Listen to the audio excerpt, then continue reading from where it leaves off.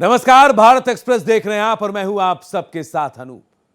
अयोध्या के बाद मध्य प्रदेश के भोजशाला में अदालत ने मंदिर मस्जिद विवाद में ऐतिहासिक फैसला सुनाया। मध्य प्रदेश हाई कोर्ट ने विवादित स्थल पर कमाल मौला मस्जिद के दावे को खारिज कर दिया। कोर्ट ने ऐतिहासिक और पुरातात्विक सबूतों के आधार पर भोजशाला को वाग्देवी मंदिर करार दिया। इससे पहले अयोध्या में भगवान श्री राम का भव्य मंदिर बन चुका है।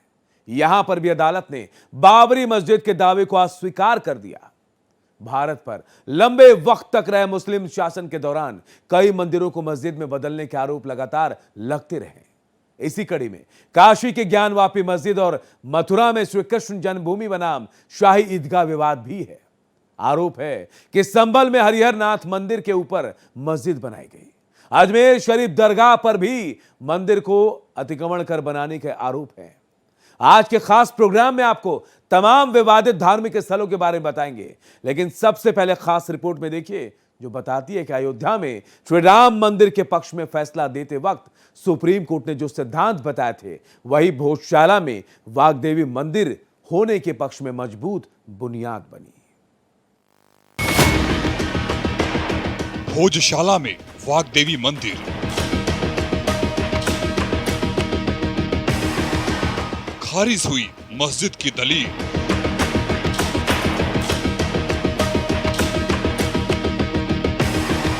अयोध्या में विराजे श्री राम,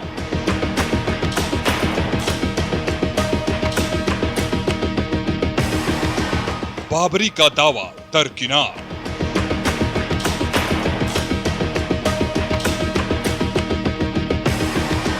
काशी, मथुरा, अजमेर, संभल,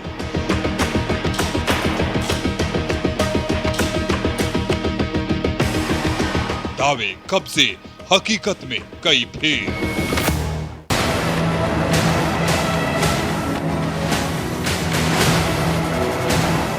मध्य प्रदेश हाई कोर्ट की इंदौर बेंच ने भोजशाला मंदिर और कमाल मौला मस्जिद विवाद केस में अपना फैसला सुना दिया।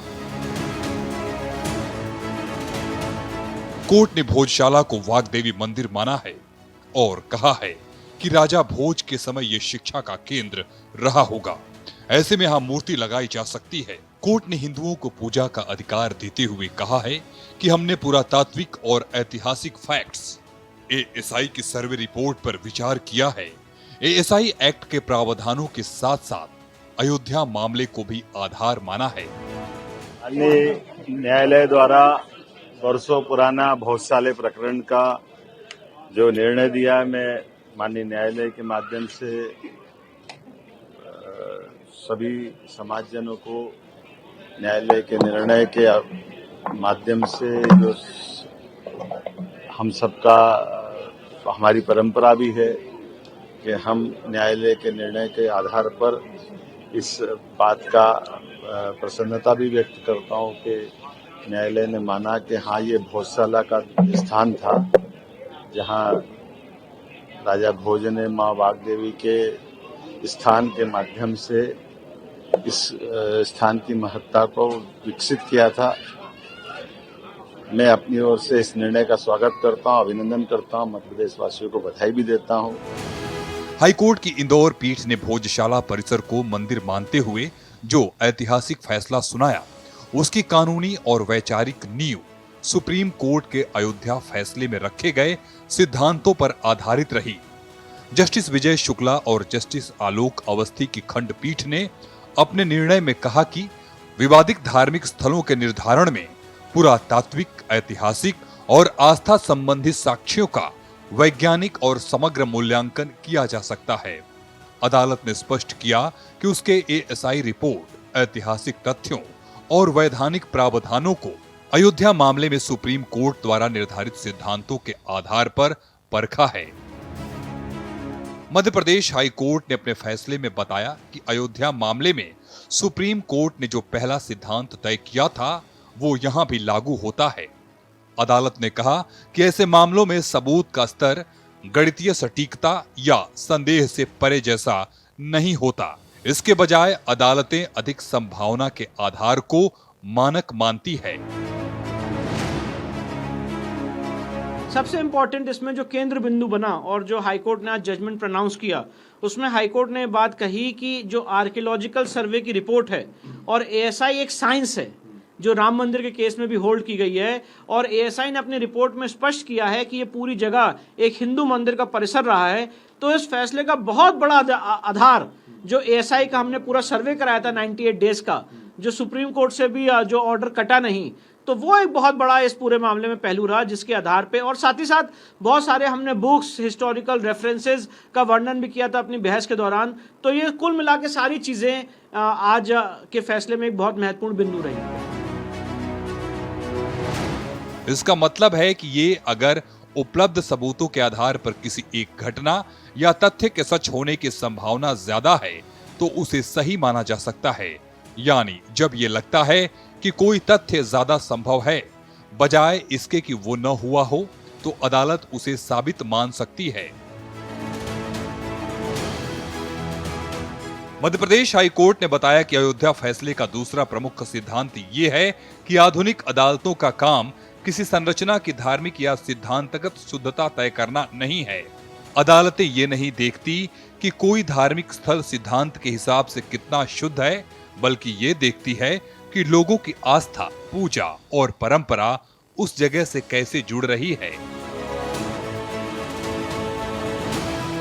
अदालत ने बताया कि अयोध्या फैसले से निकलने वाला तीसरा सिद्धांत ये है कि देवता, धार्मिक संपत्ति और उससे जुड़े पवित्र उद्देश्य की रक्षा करना अदालत का मुख्य उद्देश्य होता है। इसका मतलब यह है कि देवता या उस धार्मिक उद्देश्य के हितों की रक्षा उसके लाभार्थी यानी पूजा करने वाले भी कर सकते हैं। अदालत ने भी बताया कि अयोध्या फैसले से निकला चौथा महत्वपूर्ण सिद्धांत ये है कि मूर्ति के नष्ट होने या मौजूद न रहने से धार्मिक उद्देश्य खत्म नहीं होता। हाई कोर्ट ने यह भी कहा कि अगर मूर्ति नष्ट हो जाए या वहां कभी कभी ही मौजूद हो या पूरी तरह अनुपस्थित हो, तब भी धार्मिक उद्देश्य और उससे जुड़ी कानूनी पहचान बनी रहती है। जिस तरह से पूरा एएसआई का सर्वे हुआ है 98 डेज का, उसकी मैं आपको बताना चाहता हूँ वीडियोग्राफी की गई है, और वीडियोग्राफी की गई थी, दोनों पक्षकार वहाँ पे मौजूद थे, और इसलिए एएसआई ने कोई भी ऐसा काम नहीं किया। मैं आपको बताना चाहता हूँ ऑनरेबल सुप्रीम कोर्ट का भी इस मामले में फैसला आया था 21 अप्रैल का, जिसमें सुप्रीम कोर्ट ने कहा था कि आप कोई भी ऐसा काम नहीं करेंगे जिससे इस जगह का चरित्र को बदला जा सके, और एएसआई ने ऑन रिकॉर्ड एफिडेविट भी दिया अपने रिपोर्ट में कि हमने कोई ऐसा काम नहीं किया इस पूरे परिसर में जिससे यहाँ का चरित्र बदले। तो सारा काम कानून के अनुरूप, लॉ के अनुरूप, सेक्शंस के अनुरूप, ऑर्डर 26 रूल 10A के अनुरूप, सेक्शन 16 के अनुरूप हुआ है। हाईकोर्ट और सुप्रीम कोर्ट के आदेश के अनुपालन में हुआ है, कहीं भी किसी ढंग से कोई वायलेशन नहीं है। और इसलिए जो मुस्लिम पक्ष का ऑब्जेक्शन था एएसआई रिपोर्ट को लेके, उसको भी कोर्ट ने खारिज किया है और एएसआई रिपोर्ट को कोर्ट ने एक्सेप्ट किया। मध्य प्रदेश हाई कोर्ट ने बताया कि अयोध्या फैसले का पांचवा महत्वपूर्ण सिद्धांत ये है कि आस्था और विश्वास का महत्व बहुत ज्यादा होता है, लेकिन इन्हें हमेशा सीधे दस्तावेजी सबूतों से सिद्ध नहीं किया जा सकता। अदालत ने कहा, आस्था को हमेशा तर्क या धर्मशास्त्रीय व्याख्या से मापा नहीं जा सकता, ये व्यक्ति के व्यक्तिगत विश्वास का हिस्सा होती है। मध्य प्रदेश हाई कोर्ट ने बताया कि अयोध्या फैसले का छठा सिद्धांत ये स्पष्ट करता है कि सरकारी गैजेट और गजेटियर का सबूत के रूप में क्या महत्व है। भारत माता की, सरस्वती माता की, काशी मथुरा भोजशाला। अदालत ने कहा कि गैजेट और गजेटियर अस्वीकार्य नहीं होते, इन्हें ऐतिहासिक पृष्ठभूमि समझने के लिए इस्तेमाल किया जा सकता है, और अगर अन्य साक्ष्यों से मेल खाते हैं तो इनकी पुष्टि करने वाली भूमिका भी होती है। मध्य प्रदेश हाई कोर्ट के अनुसार अयोध्या फैसले का सातवां सिद्धांत ये बताता है कि सरकारी दस्तावेज जैसे आधिकारिक विवरण, प्रशासनिक नामकरण और पत्राचार साक्ष्य के रूप में महत्वपूर्ण हो सकते हैं, खासकर तब जब वे किसी विवादित स्थल को लगातार धार्मिक या ऐतिहासिक पहचान के साथ जोड़ते रहे हों।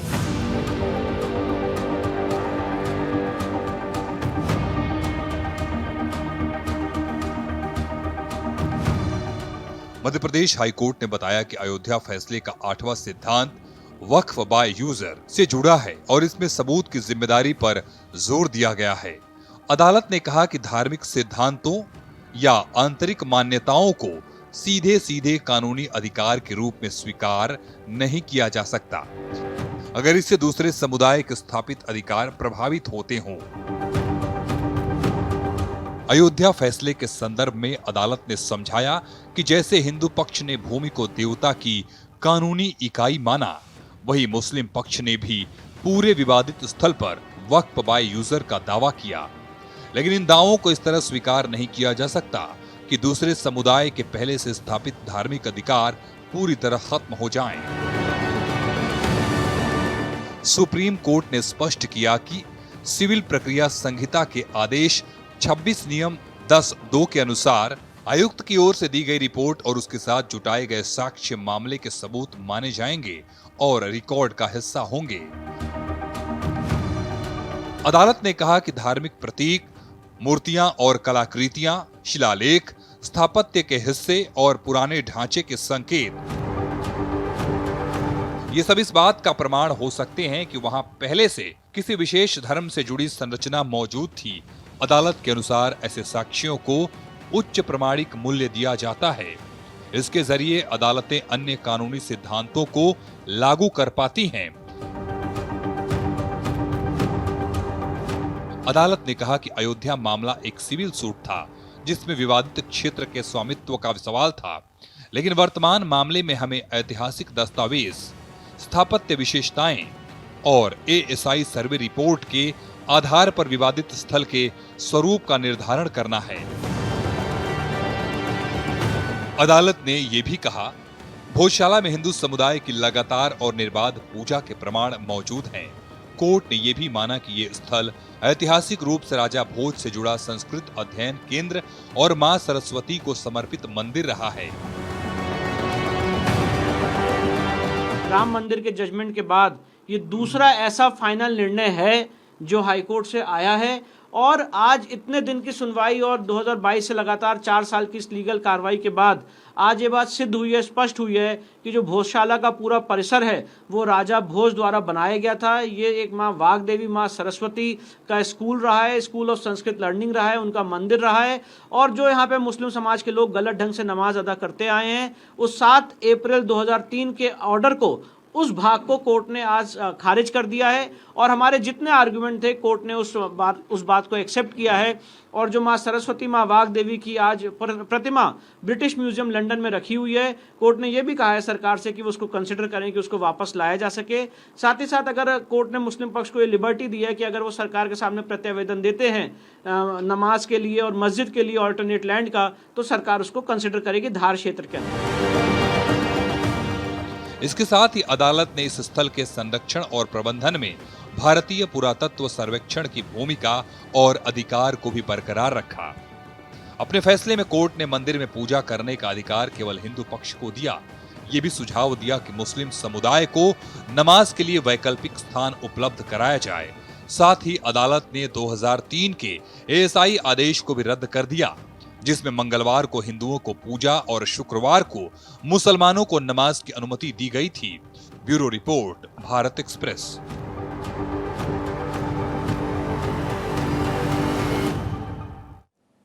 मध्य प्रदेश हाईकोर्ट ने धार की भोजशाला को राजा भोज की तरफ से निर्मित मंदिर घोषित करते हुए हिंदुओं को पूजा का अधिकार दिया और नमाज पर रोक लगा दी। इसके साथ ही देश में ज्ञानवापी, मथुरा, कुतुब मीनार और लक्ष्मण टीला जैसे दूसरे अहम धार्मिक विवादों में भी कानूनी कार्रवाई और सर्वेक्षण की मांगे अब तेज हो गई।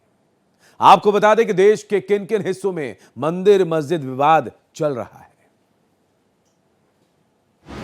मध्य प्रदेश के धार में स्थित भोजशाला के संबंध में एक ऐतिहासिक फैसला सुनाते हुए हाईकोर्ट ने हिंदू पक्ष को बड़ी राहत दी है। कोर्ट का यह मानना है कि भोजशाला मूल रूप से एक मंदिर है। भोजशाला कमाल मौला मस्जिद विवाद की सुनवाई हाईकोर्ट की इंदौर बेंच के सामने हुई। इसने पूरे भारत में चल रहे कई मंदिर मस्जिद के विवादों पर राष्ट्रीय बहस को एक बार फिर से तेज कर दिया है। बीते कुछ सालों में देश भर की अदालतों में ऐसी याचिकाओं में भारी बढ़ोतरी देखने को मिली है।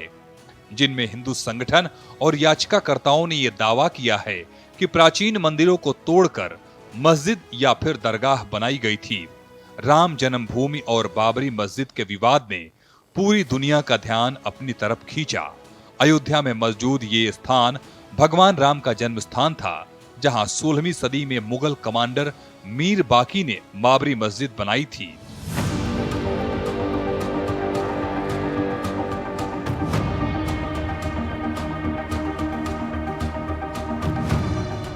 – 2019 में सुप्रीम कोर्ट ने ऐतिहासिक फैसला सुनाते हुए विवादित जमीन राम मंदिर के लिए और मस्जिद बनाने के लिए अलग से 5 एकड़ जमीन सुन्नी वक्फ बोर्ड को दी, जिसके बाद उस जगह पर भव्य राम मंदिर का निर्माण हुआ।